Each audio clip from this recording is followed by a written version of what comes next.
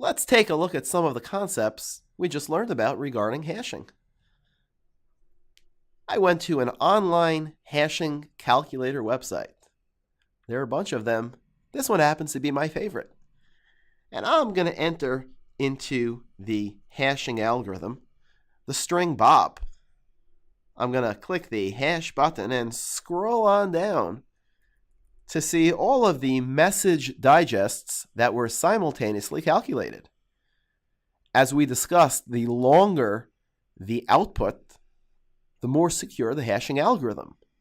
So I'm going to grab the SHA-256 output for the Bob plain text password. Not a very good password that was selected by some user. I'm going to paste that resultant hash inside of my text editor. Now what I'm going to do is I'm going to go to a website and copy a bunch of text. I'm going to get all of this text.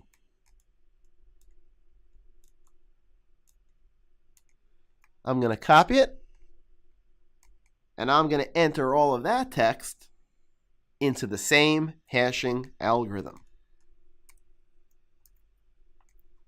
We're going to hash that entire article.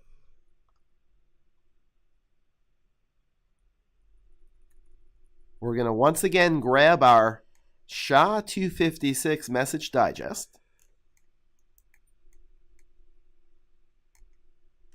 and we're going to paste it right below the hash of Bob. As you can see, even though the first input was significantly shorter than the second output, the size of the message digests, the output of the hashing algorithm, exactly the same. Let's go back to our hashing input. And instead of Bob in all lowercase letters, I'm going to capitalize the first letter. I'm going to run that plain text, also a bad choice for a password, through the hashing algorithms. And I'm going to grab the SHA-256 hash once again.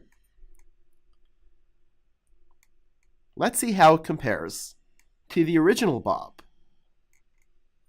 The first row contains the hash of the original Bob, and now the second row contains the hash of the Bob where I uppercase the first character. As you can see, I changed the lowercase b to an uppercase b, and the resultant hashes, they're radically different. As another practical example, I'm at the Kali Linux downloads page. In a future course, we're going to be using this Linux distribution. I want to download the Kali 64-bit ISO. The developers have listed the hash, generated with SHA-256.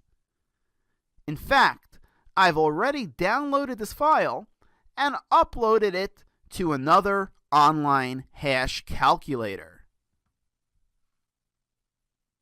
As you can see, the calculated hash matches the hash that the Kali developers have published on their site. I now know that no bits have been changed either accidentally or maliciously in transit to my machine. When the publisher site uses SSL TLS, this reduces the likelihood of a man-in-the-middle attack that modifies a file while in transit.